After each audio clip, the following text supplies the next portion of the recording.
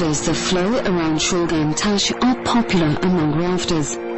Hundreds flock to the Belaya River with their rafts and catamarans every year. The main objective for many of them is to reach the Shulgan-Tash cave. And for the reserve, the inspection and protection of the cave is its main aim. The 3-kilometer deep cave, which is on 3 levels, is often mentioned in Bashkirian folklore, as people once used it as a natural fortress. In ancient times, during floods, people would come to this cave with their livestock and families and stay here for weeks. There was enough water and fresh air in the cave. As long as you had several bowmen at the entrance, you could protect up to 1,000 people from a large number of enemies. It was impossible to smoke the defendants out, as the ventilation inside the cave was quite good. Interest in the Shulgan-Tash cave became intense in the early 1960s after Paleolithic drawings of animals were found there. It was a real sensation because at the time, archaeologists believed that pictures of ancient animals could be found only in caves in Western Europe and that it was a strictly local event in the history of ancient culture. The discovery made at the Shulgan-Tash cave proved the theory wrong. The reserve speleologist Dinar Bayzigitov examines the cave's tunnels, corridors and halls daily. He monitors the humidity and temperature fluctuations.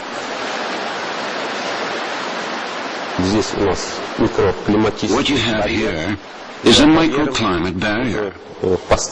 Behind the barrier, you have a stable microclimate with fixed humidity and both air and water temperatures. And that is why the pictures have been preserved to this day. Shulgan means come down in Bashkirian, while Tash means a rock or a mountain. The river that flows out from underground is also called Shulgan and is closely related to the origins of the cave.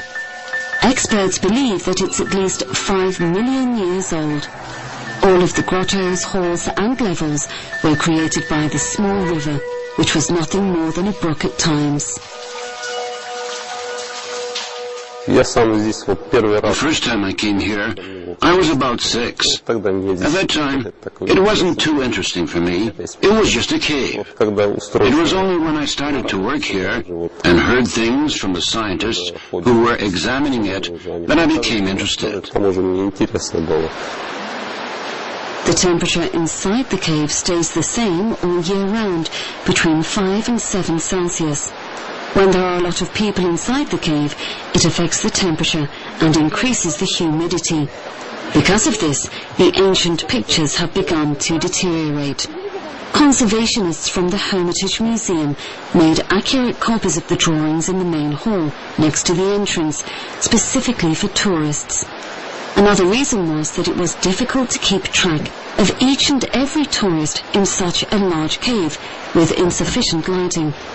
Some visited this underground realm full of respect and awe, but there were those who were eager to take a piece of a stalactite or stalagmite home as a souvenir, while it takes centuries for nature to create them. Several years ago, most of the cave had to be closed to visitors. Dinar has keys to the cave's remote galleries and halls.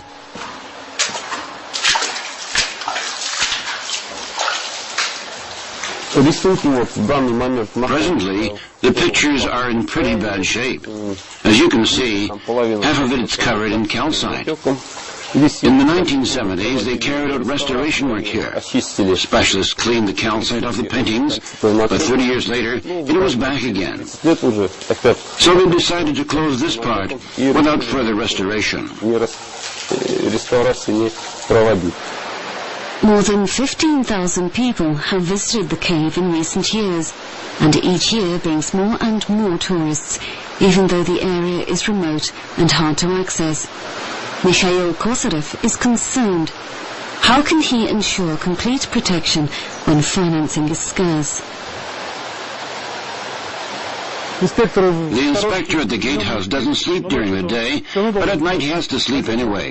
Look, people can sneak in here and hear from above and also down a rope. Around 100 years ago, they knew ways of getting into the cave from somewhere above, from the mountain.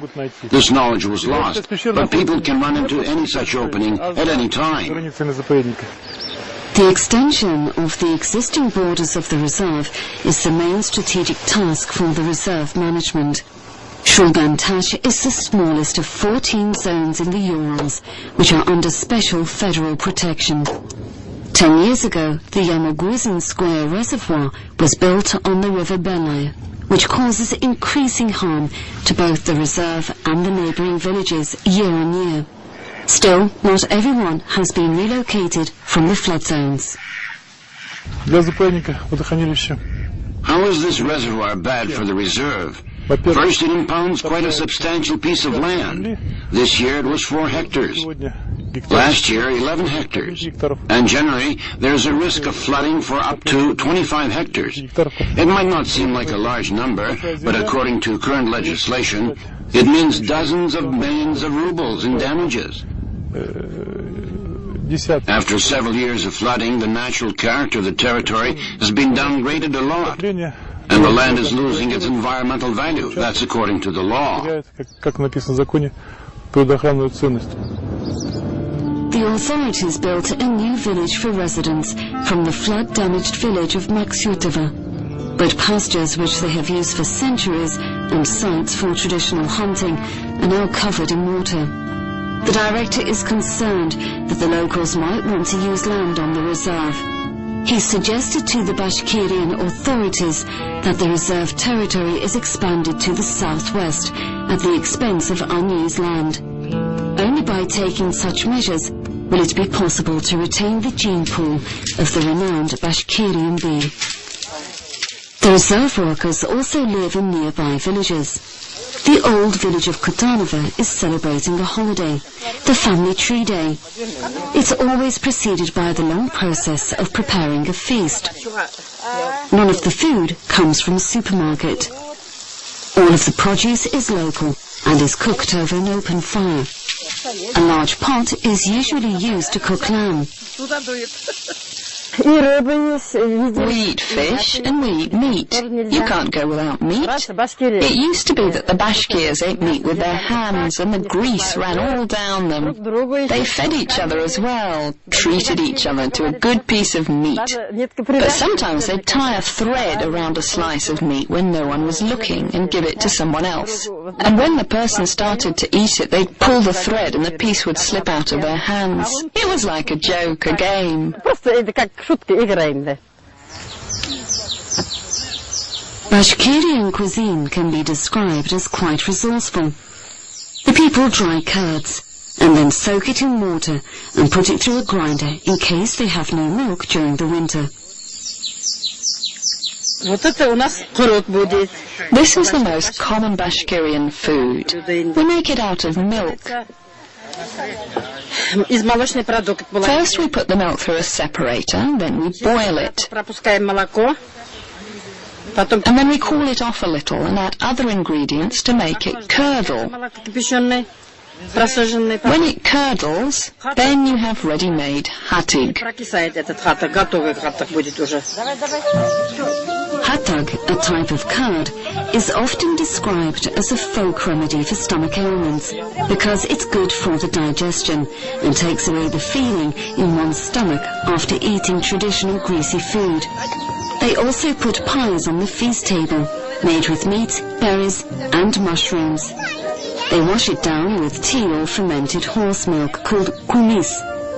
They welcome their guests not only with homemade delicacies, but also with poetry and songs they have written themselves. Olsiya has written an epic poem in Bashkirian.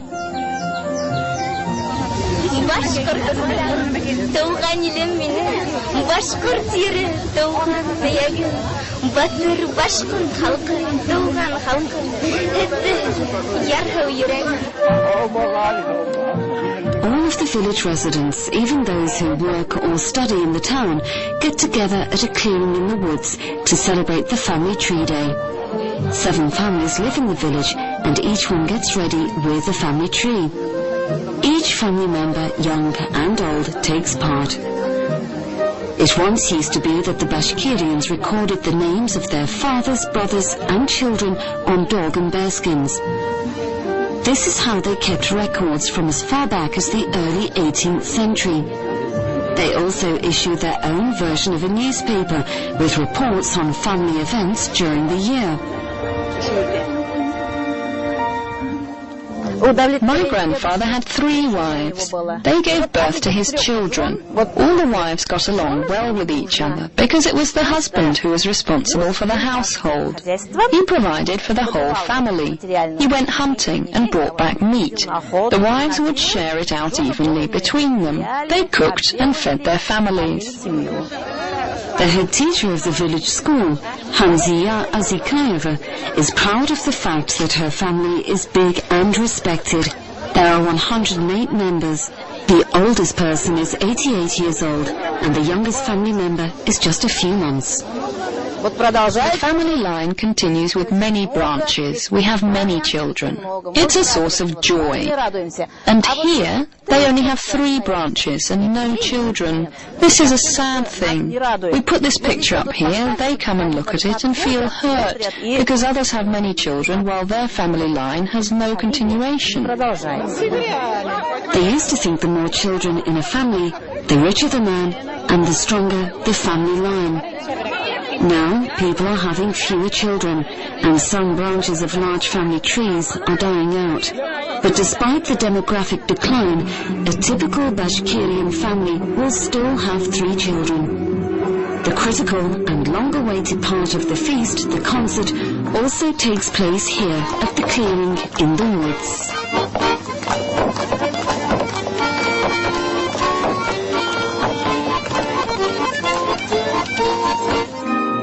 The feast on the riverbank continues late into the evening, and then the villagers clean up the area as it's next to protected territory.